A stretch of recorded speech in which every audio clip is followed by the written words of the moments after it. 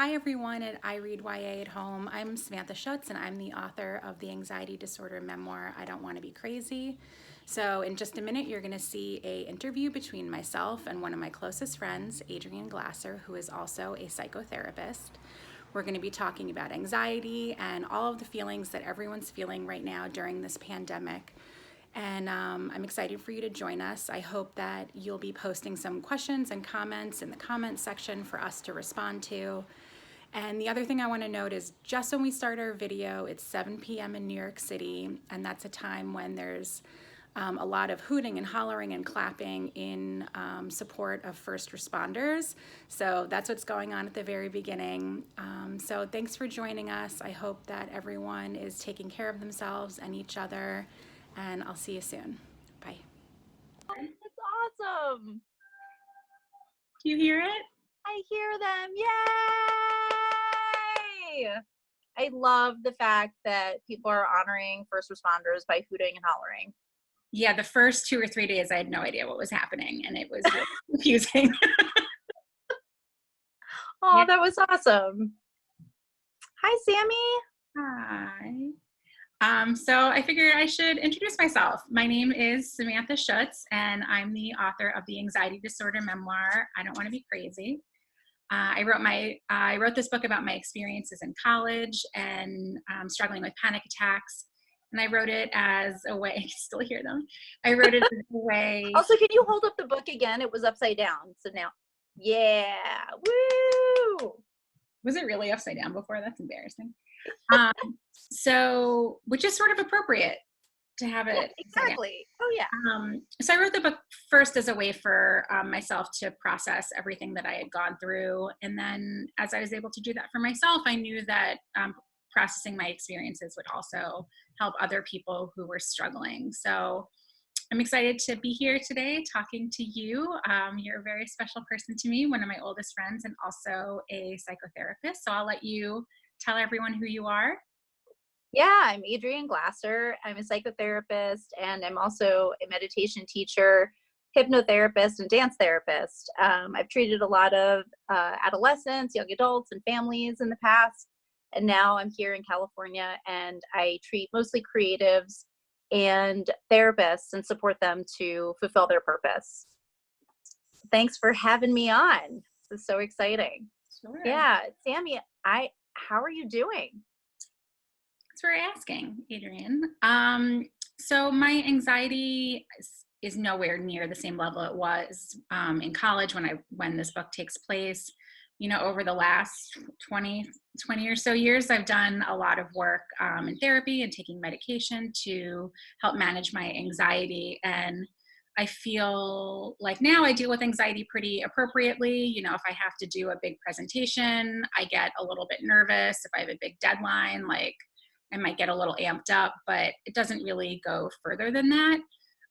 So right now I'd say I'm probably in the same boat as most, you know, the average person dealing with the anxiety of the pandemic that's going on right now.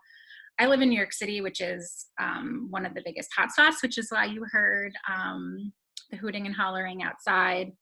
And, you know, for sure, what's happening is scary. It's anxiety producing. I'm worried about friends. I'm worried about family.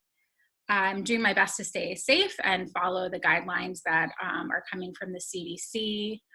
But the isolation is really hard. I've been home alone, you know, for the most part for the last 3 weeks, and it's getting to me. I don't know when this is going to end, just like everybody else. And that's, you know, that uncertainty is pretty hard to process.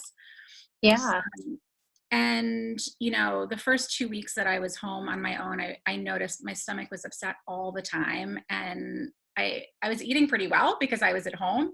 So I didn't think it was really about the food. And, you know, I suspect that it was just dealing with the anxiety of the situation. Absolutely. Yeah, I'm sorry, but that totally all makes sense. I really liked what you said at the beginning, just talking about your book and then talking about what's happening now. It really lays out how anxiety is on a spectrum. And, you know, when you wrote your book and when you were struggling, it's really that's a sign of like when it's a example, a really good example of when it was extreme. and under normal circumstances. Right now, these are not normal circumstances.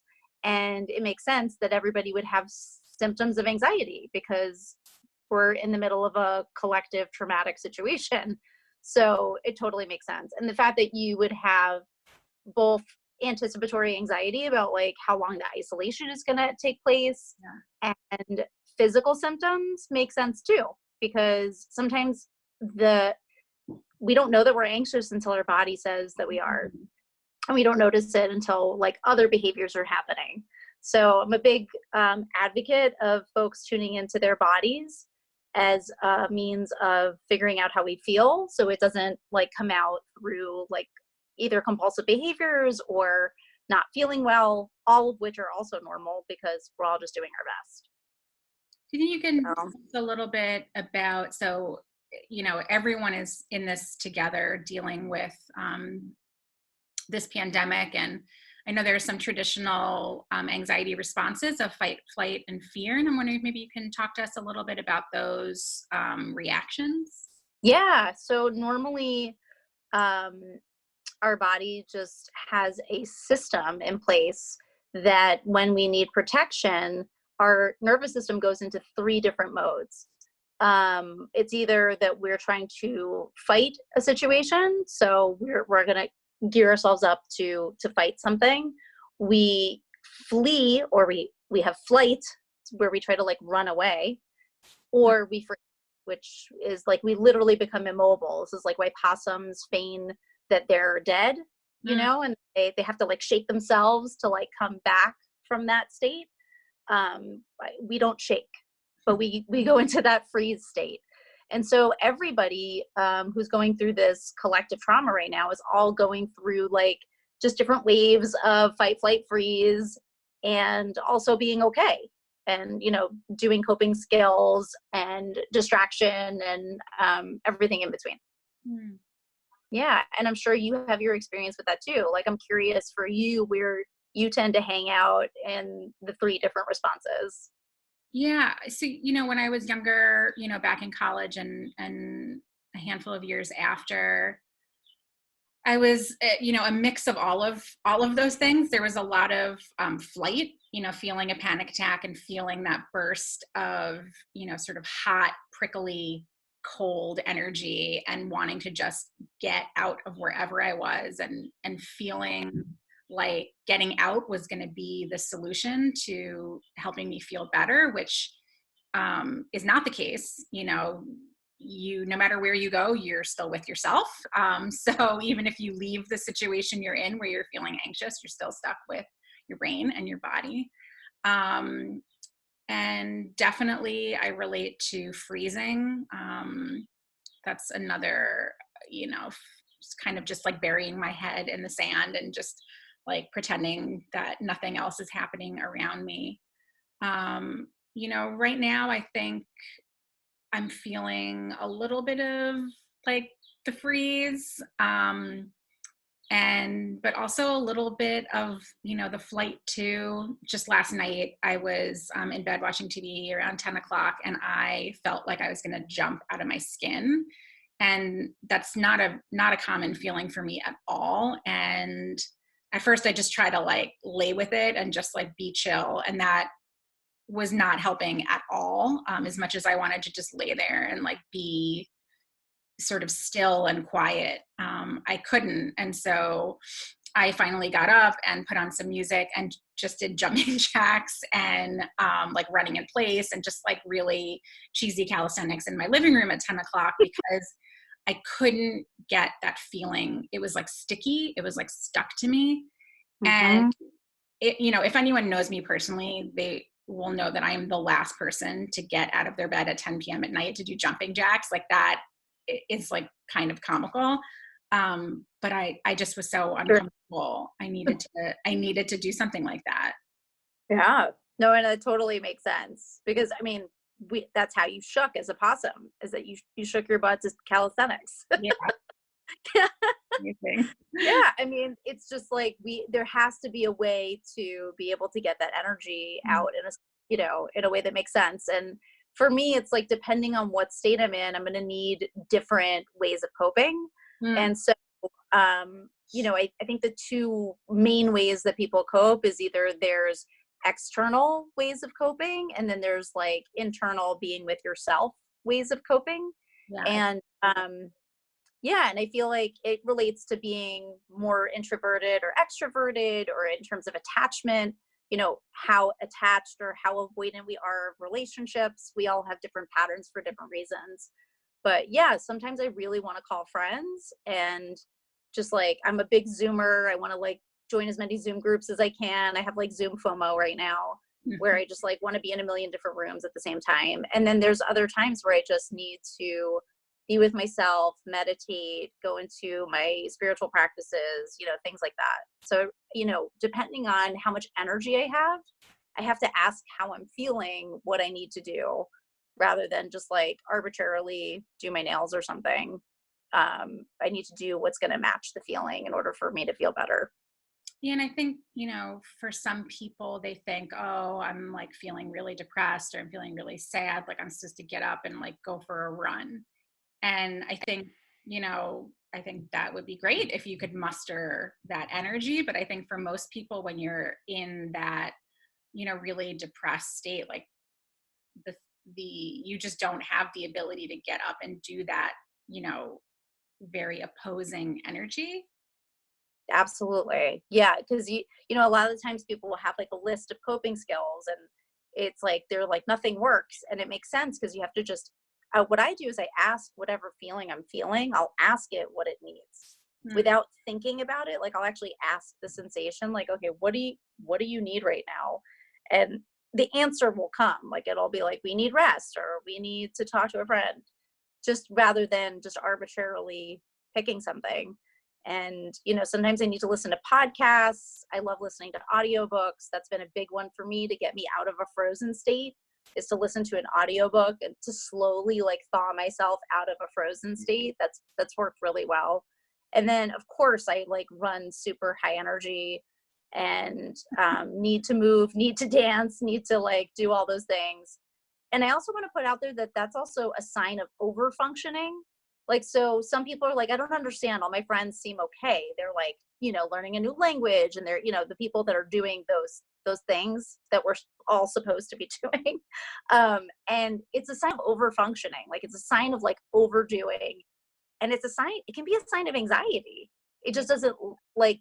It doesn't sound like anxiety because they're super busy, but what is that busyness being fueled by? Probably some underlying anxiety. So it's important to see, like, when people seem super functional, it can be coming from a similar place, because we're all in this together. Like, this is a very collective experience that we're having, and I'm hoping it's going to bring everybody closer together and supporting each other. Yeah, I think that's, you on the idea of like, oh, that person looks like they're doing fine. I think that's such an important point to acknowledge, is you have no idea what's happening inside someone's body and inside someone's brain, and they look like they're doing great, or they may appear to be really social, but you don't really know what's happening below the surface. And so for me, part of my coping is, being connected to people, as you said. So part of it is like me reaching out and calling you, FaceTiming with other friends, playing games with friends online, to help sort of soothe myself, since I'm so isolated right now. And then another part of connecting is reaching, as we said, reaching out to people like very purposefully, to be like, oh, I haven't heard from that person. I should really check on them and see how they're doing. And then on the other side of it for me, again, like you said, just needing to kind of be on my own and recharge and sort of tune out. And for me, that can be, reading books or listening to podcasts. The other last week, I hit a bit of a breaking point, with being so isolated, and I was really very upset about being so separated from my family. And the only thing I could think of was to listen to an audiobook of Harry Potter. It was the only like app. It was going to be that, or potentially Winnie the Pooh. I needed something really familiar. I needed to hear it. I needed, Mhm. like, hearing someone talking to me, is so comforting. Um, and also taking care of myself, trying to get out for walks. I work all day, so it's pretty busy, but, really trying to get out there because I know I'm going to feel better once I do that. But also, if there's a day that goes by where I don't, trying not to be too hard on myself and just gently saying, like, listen, you're going to feel better if you get outside, even if it's for 10 minutes. So it's a mix of sort of pushing myself a little bit, but also, just being nice to myself. Um, Yeah, I really like getting out into nature. And mm, I've also really liked doing art right now with my daughter. That's been great. Just doing art for art's sake. mm, Like, just, it could be a mess and that's fine. And yeah, I think it's important to take a shower every day. I have not done that. I have like spent many periods of time in my pajamas all day, and that's fine. Like, it's cool. But at the same time, like, I feel better today. Like, I'm dressed today for this. So, and I know you I are want too. my hair. Right? Isn't it amazing? So it's like, this is an example. I'm like, oh my God, I feel so much better. So, but also just being gentle about it. And that's actually one of the takeaways that I wanted to talk about just from this, is that, I wanted to, I think, say 3 takeaways that I wanted folks to get from our talk. And then maybe you could do the same. Yeah. Um, yeah, I think just being gentle about the whole thing. Like, if we can survive this, that's enough. And yeah, I think just being gentle around whatever intentions you're setting for yourself during this time is really, really important. And then also making the reminder to just check in with your body, to check in about how are you actually feeling, how is your body doing, bringing breath to the body throughout the day, trying to deepen your breath, because we're all holding our breath. Like, it's just a given in a circumstance like this.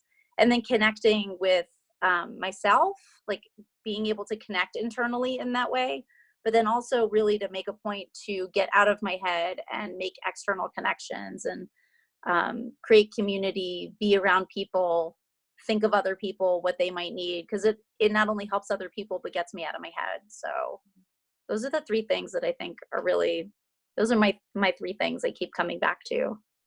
Those are great. Yeah. What about you? I think for me, certainly you are not alone. I mean, that's a phrase that is really powerful for me. I think